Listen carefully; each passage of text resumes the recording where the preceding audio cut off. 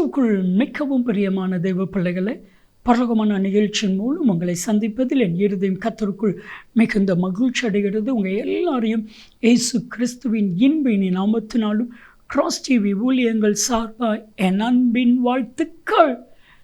இன்றைய பரலோகமன்னா, உன் முயற்சி வீண் ஆகாது. என் அன்பு தெய்வ பிள்ளைகளே, இன்னைக்கு நிறைய பேர் முயற்சி பண்ணுறாங்க. ஆனால் எல்லாருடைய முயற்சியும் சக்ஸஸ் ஆகுதான்னா இல்லை. 1000 பேர் தொழில் செய்கிறாங்க, 1000 பேரும் தொழில் அதிபர்களாக மாறுறாங்களான்னா இல்லை. 1-2 பேர் தொழில் அதிபர்களாக மாறுறாங்க. நிறைய தலைவர்கள் இருக்கிறாங்க, நிறைய தலைவர்கள் எழும்புகிறாங்க. அத்தனை தலைவர்களும் தலைவர்களாக மாறுறாங்களான்னா இல்லை.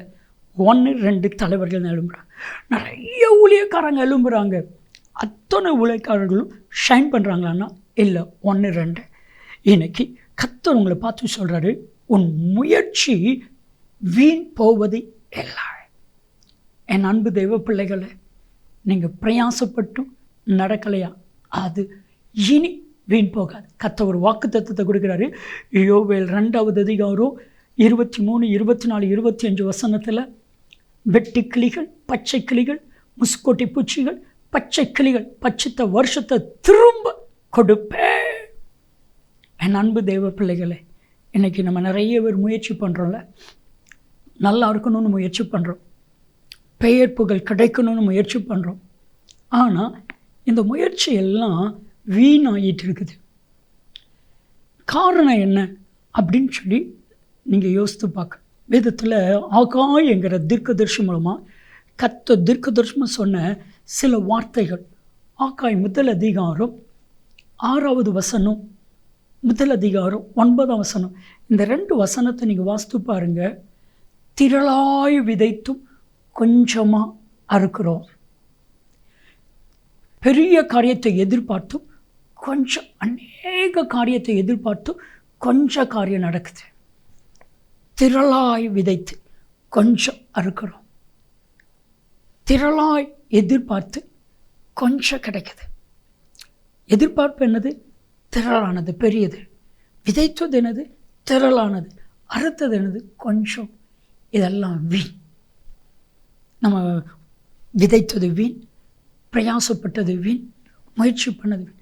ஆனால் இன்னைக்கு உங்களுடைய முயற்சி, உங்களுடைய பிரயாசம், உங்களுடைய கடின உழைப்பு வீண் போகாதபடிக்கு இருக்கணும்னா உங்களுக்கு தேவை ஒன்றே ஒன்று, விசுவாசம், கிரியை. விசுவாசத்தோடு முயற்சி பண்ணணும். நிறைய பேர் மனுஷ பலத்தினால முயற்சி பண்ணுறவங்க இருக்கிறாங்க, தங்களுடைய மூளை சொல்கிறத கேட்டு செய்கிறவங்க இருக்கிறாங்க, நண்பர்கள் சொல்லுகிறத கேட்டு செய்கிறவங்க இருக்கிறாங்க, நிறைய பேர் மற்றவங்களுடைய அனுபவத்தை கேட்டு செயல்படுறவங்களாம் இருக்கிறாங்க. ஆனால் எந்த மனுஷன், எந்த மனுஷி ஆண்டவர் சொல்லுகிறத கேட்டு செய்கிறார்களோ அந்த மனுஷனுடைய முயற்சி வீண் போகாது. யாக்கோப்பு 2:20 வாசித்து பாருங்க. கிரியை இல்லாத விசுவாசம் செத்ததென்று அறிய வேண்டுமோ வீணான மனுஷனே. அப்போ நம்ம முயற்சி வீணாச்சுன்னா, நம்மளுடைய செயல்கள் வீணாச்சுன்னா, நம்ம வீணான மனுஷங்க. ஒரு நாளும் நீங்கள் வீணாக இருக்கக்கூடாது. அன்புக்குரியவர்களே, உங்கள் வாழ்க்கை வீண் போகக்கூடாது. நாளைக்கு பார்த்து சொல்லட்டுமா, உங்கள் வாழ்க்கை வீண் போகாது, உங்களை கத்த பெருக பண்ணுவா. செபிக்கலாம். அன்பின் தகப்பனே, உடைய வாழ்க்கை வீண் போகாதபடி பாதுகாத்துக்கொள். இயேசுவின் நாமத்தில் செபிக்கிறோம் ஜீவனில் பிதாவே, ஆமென், ஆமென். நன்மையும் கிருபையும் ஆசீர்வாதங்களும் நிச்சயமாக உங்களை தொடரும்.